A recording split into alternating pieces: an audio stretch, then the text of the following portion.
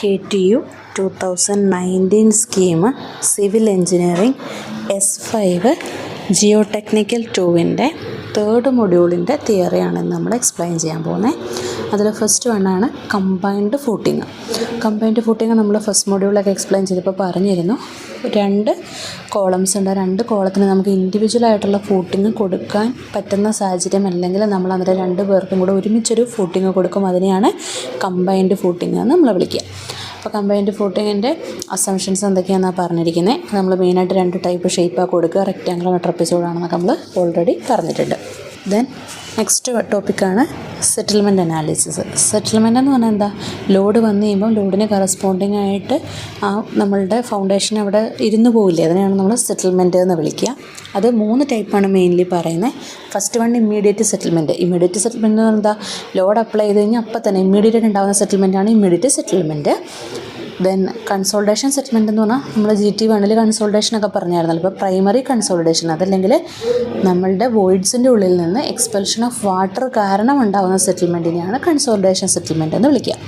Secondary consultation settlement എന്ന് പറഞ്ഞാൽ എന്താ, സെക്കൻഡറി കൺസോൾട്ടേഷൻ കാരണം ഉണ്ടാകുന്ന സെറ്റിൽമെൻറ്റാണ് സെക്കൻഡറി കൺസോൾട്ടേഷൻ സെറ്റിൽമെൻറ്റ്. അപ്പം നമുക്ക് ടോട്ടൽ സെറ്റിൽമെൻറ്റ് പറയുകയാണെങ്കിൽ അതിനെ immediate settlement plus consultation settlement plus secondary settlement എന്ന് പറയും. ഇനി സെറ്റിൽമെൻറ്റ് വരാനുള്ള കുറച്ച് കാരണങ്ങൾ എന്തൊക്കെയാണ് നമ്മൾ പറയുന്നത്. ചിലപ്പോൾ നമുക്ക് അണ്ടർഗ്രൗണ്ട് ഇറോഷൻ കാരണമായിരിക്കാം, അതല്ലെങ്കിൽ സോയിലിൻ്റെ സ്ട്രക്ചറൽ കൊളാപ്സ് കാരണമായിരിക്കാം, തെർമൽ ടെമ്പറേച്ചർ ചേഞ്ചസ് കാരണമായിരിക്കാം, അതിനകത്ത് വരുന്ന വൈബ്രേഷൻസ് കാരണമായിരിക്കാം. അങ്ങനെ ഡിഫറെൻറ്റ് കോസസ് വരാറുണ്ട് സെറ്റിൽമെൻറ്റിന്. അടുത്തത് ഡിഫറൻഷ്യൽ സെറ്റിൽമെൻറ്റ്. ഡിഫറൻഷ്യൽ സെറ്റിൽമെൻറ്റ് എന്ന് പറഞ്ഞാൽ ഏതെങ്കിലും 2 പോയിൻറ്റിലുള്ള സെറ്റിൽമെൻറ്റിൻ്റെ ഡിഫറൻസ്. അപ്പം നമ്മൾ A, B എന്ന് പറഞ്ഞ് 2 പോയിൻ്റ് എടുത്തു എന്ന് വിചാരിക്കുക. ആ 2 പോയിൻറ്റിലുള്ള സെറ്റിൽമെൻറ്റ് നമ്മൾ എത്രയാണെന്ന് മെഷർ ചെയ്തു. അപ്പോൾ ആ 2 സെറ്റിൽമെൻറ്റ് തമ്മിലുള്ള ഡിഫറൻസിനെയാണ് നമ്മൾ ഡിഫറൻഷ്യൽ സെറ്റിൽമെൻറ്റ് എന്ന് വിളിക്കുക. അതിന് കാരണം എന്ന് പറയുന്നത് നമ്മുടെ റിജിഡ് ബേസ്, അതായത് നമ്മളുടെ ഫൗണ്ടേഷന് വരുന്ന ടിൽറ്റിങ്ങോ അല്ലെങ്കിൽ യൂണിഫോമിറ്റി ലോഡിങ്ങിൽ ഇല്ലാത്ത യൂണിഫോമിറ്റി ഇല്ലാത്ത കാരണം കൊണ്ടോ, അല്ലെങ്കിൽ നമ്മളുടെ ആ സ്ട്രക്ചറിന് അടുത്ത് തന്നെ എന്തെങ്കിലും എക്സ്കവേഷനൊക്കെ നടക്കുകയാണെങ്കിൽ അതുകൊണ്ടൊക്കെ ആയിരിക്കും ഈ ഡിഫറൻഷ്യൽ സെറ്റിൽമെൻറ്റ് വരിക. അത് റെഡ്യൂസ് ചെയ്യാൻ നമുക്ക് എന്ത് ചെയ്യാൻ പറ്റും, ഗ്രേറ്റർ ഡെപ്തിൽ നമുക്ക് ഫൗണ്ടേഷൻ കൊടുക്കുക, സോയിലിനെ ഇമ്പ്രൂവ് ചെയ്യുക, പിന്നെ എക്സെൻട്രിക് ലോഡിങ് അവോയ്ഡ് ചെയ്യുക, അങ്ങനത്തെ കാര്യങ്ങളൊക്കെ ചെയ്താൽ മതി. മാക്സിമം അലൗബിൾ ആയിട്ടുള്ള ലിമിറ്റ് എന്ന് പറയുന്നത് 20 to 300 mm റേഞ്ചിലാണ്. അലൗബിൾ സെറ്റിൽമെൻറ്റ് എന്ന് പറഞ്ഞാൽ എന്താ, അക്സെപ്റ്റബിൾ എമൗണ്ട്, അതായത് നമുക്ക് എത്ര സെറ്റിൽമെൻറ്റ് വരെ കുഴപ്പമില്ല, ഓക്കെയാണ്, അതിനെയാണ് നമ്മൾ അലൗബിൾ സെറ്റിൽമെൻറ്റ് എന്ന് വിളിക്കുന്നത്. അത് ഡിപ്പെൻഡ് ചെയ്യുന്നത് എന്ത് ടൈപ്പ് കൺസ്ട്രക്ഷനാണ്, അവിടെ എന്തിനാണ് നമ്മൾ ആ സ്ട്രക്ചർ യൂസ് ചെയ്യുക, ആ സ്ട്രക്ചറിൻ്റെ റിജിഡിറ്റി എന്തോരം ഉണ്ട്, അതിനെയൊക്കെ ബേസ് ചെയ്തുകൊണ്ടിരിക്കും. ഇപ്പോൾ IS 1904 പ്രകാരം മാക്സിമം സെറ്റിൽമെൻറ്റിൻ്റെ കാര്യം എങ്ങനെയാണ് പറയുന്നത്, ഐസൊലേറ്റഡ് ഫൗണ്ടേഷൻ ആണെങ്കിൽ 40 mm വരെ ഓക്കെയാണ്, സാൻഡിൽ, ദെൻ ക്ലേയിലാണെങ്കിൽ 65 mm. റാഫ്റ്റ് ഫൗണ്ടേഷൻ ആണെങ്കിൽ സാൻഡിൽ 40 to 65 mm, ക്ലേയിൽ 65 to 100 mm വരെയാണ് അലൗബിൾ ലിമിറ്റ് എന്ന് പറയുന്നത്.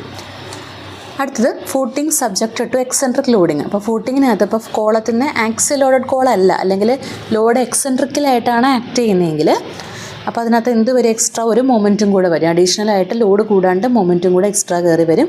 സോ ഫൂട്ടിങ്ങിനകത്തുള്ള ഡിസ്ട്രിബ്യൂഷൻ ഓഫ് പ്രഷർ എന്ന് പറയുന്നത് യൂണിഫോം ആയിരിക്കത്തില്ല. അപ്പോൾ അങ്ങനെയാണെങ്കിൽ ആ പ്രഷറിൻ്റെ ഇക്വേഷനാണ് നമ്മൾ കണ്ടത്, എക്സെൻട്രിസിറ്റി ഈസ് എന്ന് പറഞ്ഞിട്ടൊരു വേരിയബിളും കൂടെ വന്നിട്ട് സ്ട്രെസ്സ് കണ്ടുപിടിക്കാനുള്ള ഇക്വേഷൻസ് ആണ് കേട്ടോ. നെക്സ്റ്റ് വൺ എന്ന് പറയുന്നത് റാഫ്റ്റ് ഫൗണ്ടേഷനാണ്. നമ്മൾ ആദ്യം എന്താ പഠിച്ചത്, കമ്പൈൻഡ് ഫൂട്ടിങ് എന്താണെന്ന് ജസ്റ്റ് പറഞ്ഞു, പിന്നെ സെറ്റിൽമെൻറ്റിൻ്റെ കാര്യങ്ങൾ പറഞ്ഞു. അടുത്ത ടോപ്പിക്കാണ് റാഫ്റ്റ് ഫൗണ്ടേഷൻ.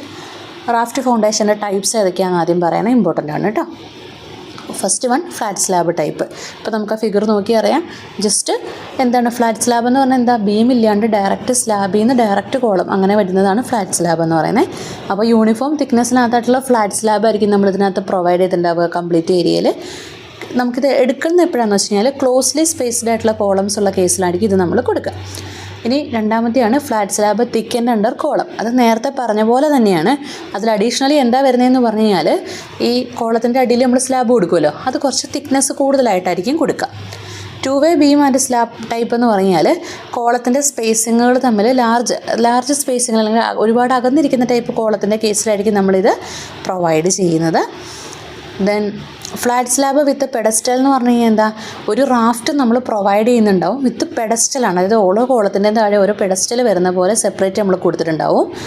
സെല്ലുലാർ ടൈപ്പ് എന്ന് പറഞ്ഞാൽ എന്താ, ഇപ്പോൾ നമുക്കൊരു 3-4 കോളങ്ങൾക്ക് ഒരുമിച്ച് ഒറ്റ സെല്ല് പോലെയായിട്ടായിരിക്കും നമ്മൾ കൊടുത്തിട്ടുണ്ടാവുക. അതെന്തിനാ അങ്ങനെ കൊടുക്കണമെന്ന് വെച്ച് കഴിഞ്ഞാൽ കൂടുതൽ ലോഡ് ക്യാരി ചെയ്യാൻ വേണ്ടിയിട്ടായിരിക്കും. പൈൽഡ് ഷാഫ്റ്റ് എന്ന് പറഞ്ഞാൽ എന്താ, ഈ മാറ്റിൻ്റെ അടിയിൽ നമ്മൾ പൈല് കൊടുക്കുന്ന പോലെ വെർട്ടിക്കലായിട്ടുള്ള മെമ്പേഴ്സ് കൊടുത്തിട്ടുണ്ടാവും.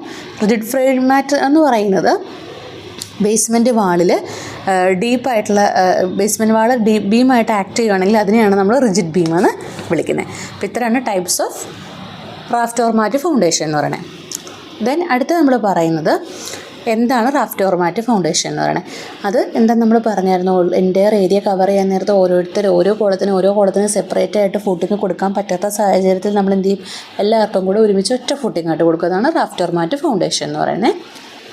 അപ്പോൾ നമുക്ക് കോമൺലി നമ്മൾ എടുക്കുന്ന ഇപ്പോൾ വെച്ചാൽ ലോഡ്സ് ഒരുപാട് ഹെവി ആയിട്ടുള്ള കേസിൽ അല്ലെങ്കിൽ സോയിൽ ഭയങ്കര വീക്കായിട്ടുള്ള കേസിലൊക്കെ ആയിരിക്കും പ്രൊവൈഡ് ചെയ്യുക.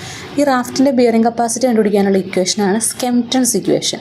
QNU എന്ന് പറഞ്ഞിട്ട് ഇക്വേഷൻ ഉണ്ട്. നമുക്ക് നെറ്റ് അൾട്ടിമേറ്റ് ബിയറിംഗ് കപ്പാസിറ്റി കണ്ടുപിടിക്കാനുള്ള ഇക്വേഷനുണ്ട്. ഇക്വേഷൻ ജസ്റ്റ് പഠിച്ച് വയ്ക്കുക കേട്ടോ, നമ്മൾ ഓൾറെഡി പ്രോബ്ലം ചെയ്തതാണ്. ഇനി നമുക്ക് ഈ മാറ്റ് ഫൗണ്ടേഷനിൽ വരുന്ന സെറ്റിൽമെൻറ്റ് റെഡ്യൂസ് ചെയ്യാൻ പറ്റും. എങ്ങനെയാണ് റെഡ്യൂസ് ചെയ്യുന്നതെന്ന് പറഞ്ഞാൽ, നമുക്ക് ഇൻക്രീസ് ഇൻ പ്രഷർ ഡിക്രീസ് ചെയ്തുകൊണ്ട് ഇൻക്രീസ് ഇൻ പ്രഷർ നമുക്ക് കുറച്ചുകൊണ്ട് നമുക്ക് എന്ത് ചെയ്യാൻ പറ്റും, സെറ്റിൽമെൻറ്റ് റെഡ്യൂസ് ചെയ്യാനായിട്ട് പറ്റും. അതിൻ്റെ കണ്ടീഷനാണ് γD = Q/A, അതല്ലെങ്കിൽ D = Q/γA എന്നെടുക്കുക. ആ ഒരു വാല്യൂ നമ്മൾ ഡെപ്ത് പ്രൊവൈഡ് ചെയ്യുകയാണെങ്കിൽ നമുക്ക് എന്ത് ചെയ്യാൻ പറ്റും, സെറ്റിൽമെൻറ്റ് കുറയ്ക്കാനായിട്ട് പറ്റും. അപ്പോൾ ആ ഇക്വേഷൻ സാറ്റിസ്ഫൈ ചെയ്യുന്ന ടൈപ്പ് ഫൗണ്ടേഷനെയാണ് നമ്മൾ എന്തെന്ന് വിളിക്കുക, ഫ്ലോട്ടിംഗ് ഫൗണ്ടേഷൻ എന്ന് വിളിക്കുക. അതായത് അവിടെ സെറ്റിൽമെൻറ്റ് എത്രയായിരിക്കും, 0 ആയിരിക്കും. ഇത് വളരെ ഇമ്പോർട്ടൻ്റ് ആയിട്ടുള്ള ക്വസ്റ്റ്യനാണ്. എല്ലാ ക്വസ്റ്റ്യൻ പേപ്പേഴ്സിലും തന്നെ ചോദിക്കുന്ന ഒരു ക്വസ്റ്റ്യനാണ് ഫ്ലോട്ടിംഗ് ഫൗണ്ടേഷൻ എന്താണെന്ന് കേട്ടോ. അടുത്തത് ബിയറിംഗ് കപ്പാസിറ്റിയുടെ ഇക്വേഷൻ തന്നെ നമ്മൾ ആദ്യം പഠിച്ച എന്തിനായിരുന്നു, കൊഹഷൻ ഉള്ള സോയിലിൻ്റെയാണ്. കണ്ടോ ഇക്വേഷനിൽ C എന്നൊരു ടേം വന്നേക്കുന്നുണ്ടോ. ഇനി കൊഹഷൻ ഇല്ലാത്ത സോയിൽ വരുമ്പോൾ അതിൻ്റെ ബിയറിംഗ് കപ്പാസിറ്റി കണ്ടുപിടിക്കാനുള്ള ഇക്വേഷനാണ് നമ്മളിപ്പോൾ പറയുന്നത്. അത് ഡിപ്പെൻഡ് ചെയ്യുന്നതിനൊക്കെയാണ് വിഡ്ത്തിന്, നമ്മുടെ കോളത്തിൻ്റെ വിഡ്ത്തിന് ബേസ് ചെയ്തുകൊണ്ടായിരിക്കും നമ്മൾ ആ ഇക്വേഷൻ പറയുന്നത്. പിന്നെ അതുപോലെ തന്നെ ഡെപ്ത് ഓഫ് സോയിൽ, അതിൻ്റെയൊക്കെ ബേസിസിലാണ് പറയുക. ഇക്വേഷൻ ജസ്റ്റ് എഴുതാനായിട്ട് പഠിക്കുക കേട്ടോ. ചോദിക്കാറുണ്ട് കൊഹഷൻ സോയിലിനെയും കൊഹഷൻ ഇല്ലാത്ത സോയിലിനെയും കണ്ടുപിടിക്കാനായിട്ട് ഇക്വേഷൻ എഴുതാൻ വേണ്ടിയിട്ട്. അടുത്തത് design of raft foundation. Raft ഫൗണ്ടേഷനിലെ ഡിസൈൻ പറയുന്നത് IS 2950/1965 എന്ന് പറയുന്ന കോഡിലാണ്. അതിൽ മാക്സിമം സെറ്റിൽമെൻറ്റ് പറയുന്നത് ക്ലേക്ക് 65 to 100 mm, സാൻഡിന് 40 to 65 mm ആണ്. അതിൻ്റെ മെത്തേഡ്, നമ്മൾ ആ ഡിസൈൻ ചെയ്ത മെത്തേഡിൻ്റെ പേരാണ് കൺവെൻഷണൽ റിജിഡ് മെത്തേഡ്. അതിനകത്ത് നമ്മൾ അസംഷൻസ് പറഞ്ഞു. ഫൗണ്ടേഷൻ എന്ന് പറയുന്നത് ഇൻഫിനിറ്റ് ആയിട്ടുള്ള റിജിഡാണ്. അതുപോലെ തന്നെ അതുകൊണ്ട് തന്നെ ആക്ച്വൽ ഡിഫ്ലക്ഷൻ എന്ന് പറയുന്നത് പ്രഷർ ഡിസ്ട്രിബ്യൂഷനൊന്നും ഇൻഫ്ലുവൻസ് ചെയ്യുന്നില്ല. അതുപോലെ തന്നെ സോയിൽ പ്രഷർ എന്ന് പറയുന്നത് യൂണിഫോം ആണെന്നുള്ളതാണ് നമ്മുടെ അസംഷൻസ്. ദെൻ അതിൻ്റെ പ്രൊസീജിയർ എങ്ങനെയാണെന്ന് പറഞ്ഞിരിക്കുന്നത് കേട്ടോ. അതായത് ആദ്യം ടോട്ടൽ ലോഡ് കാൽക്കുലേറ്റ് ചെയ്യുക. Q1, Q2, Q3 അങ്ങനെ ഡിഫറെൻറ്റ് കോളത്തിലുള്ള ലോഡ് എല്ലാം കൂടെ ആഡ് ചെയ്ത് ടോട്ടൽ ലോഡ് കാൽക്കുലേറ്റ് ചെയ്യുക. Then allowable pressure Q1, Q2 കണ്ടുപിടിക്കുക. ആ Q1, Q2 രണ്ടെണ്ണത്തിൽ ചെറുത് ഏതാണ് അതിനാണ് നമ്മൾ QOL എന്ന് വിളിക്കുക. Then upward soil pressure Q calculate ചെയ്യാനുള്ള ഇക്വേഷൻ പറഞ്ഞിട്ടുണ്ട്. എന്നിട്ട് QOളും Qവും കൂടെ കമ്പയർ ചെയ്യുക. ദെൻ നമ്മൾ ആ റാഫ്റ്റിനെ different strips of X and Y, X ഡയറക്ഷനിലും Y ഡയറക്ഷനിലും ഡിഫറൻറ്റ് സ്ട്രിപ്പായിട്ട് ഡിവൈഡ് ചെയ്യുക. വിഡ്ത്തിൻ്റെ വാല്യൂ, ആ സ്ട്രിപ്പിൻ്റെ വിഡ്ത്തിൻ്റെ വാല്യൂ നമ്മൾ B1 എന്നാണ് വിചാരിക്കുന്നത്. അത് വെച്ചിട്ട് shear force diagram, bending moment diagram ഒക്കെ വരയ്ക്കുക. എഫക്റ്റീവ് ഡെപ്ത് എത്ര വേണമെന്നുള്ളത് ഡിറ്റർമൈൻ ചെയ്യുക. AST XY ഡയറക്ഷനിലൊക്കെ വരുന്ന AST എത്രയാണെന്നുള്ളത് ഡിറ്റർമൈൻ ചെയ്യുക. ദെൻ നമുക്കിടെ അടുത്ത ടോപ്പിക്ക്, ലാസ്റ്റ് ടോപ്പിക്കാണ് പ്ലേറ്റ് ലോഡ് ടെസ്റ്റ്. ഇത് വളരെ ഇമ്പോർട്ടൻ്റ് ആയിട്ടുള്ളൊരു ടോപ്പിക്കാണ്. എപ്പോഴും എക്സാമിന് ചോദിക്കാറുള്ളതാണ് പ്ലേറ്റ് ലോഡ് ടെസ്റ്റ്. അപ്പോൾ ഈ പ്ലേറ്റ് ലോഡ് ടെസ്റ്റ് എന്ന് പറഞ്ഞാൽ നമുക്ക് സോയിലിൻ്റെ ബിയറിംഗ് കപ്പാസിറ്റി കണ്ടുപിടിക്കാൻ വേണ്ടി നമ്മൾ യൂസ് ചെയ്യുന്ന, അല്ലെങ്കിൽ എത്ര bearing pressure, allowable bearing pressure എത്രയാണ് അത് കണ്ടുപിടിക്കാൻ വേണ്ടി നമ്മൾ യൂസ് ചെയ്യുന്ന, സൈറ്റിലൊക്കെ യൂസ് ചെയ്യുന്ന ഒരു എക്സ്പെരിമെൻ്റാണ്. അപ്പോൾ ഇതിൻ്റെ സെറ്റപ്പ് എങ്ങനെയാണെന്ന് പറഞ്ഞാൽ അതാണ് നമുക്ക് ആ ഫിഗറിൽ കാണുന്നത്. ആദ്യം നമ്മൾ സൈറ്റിൽ പോയിട്ട് ഒരു ഹോൾ ഡ്രിൽ ചെയ്യുക.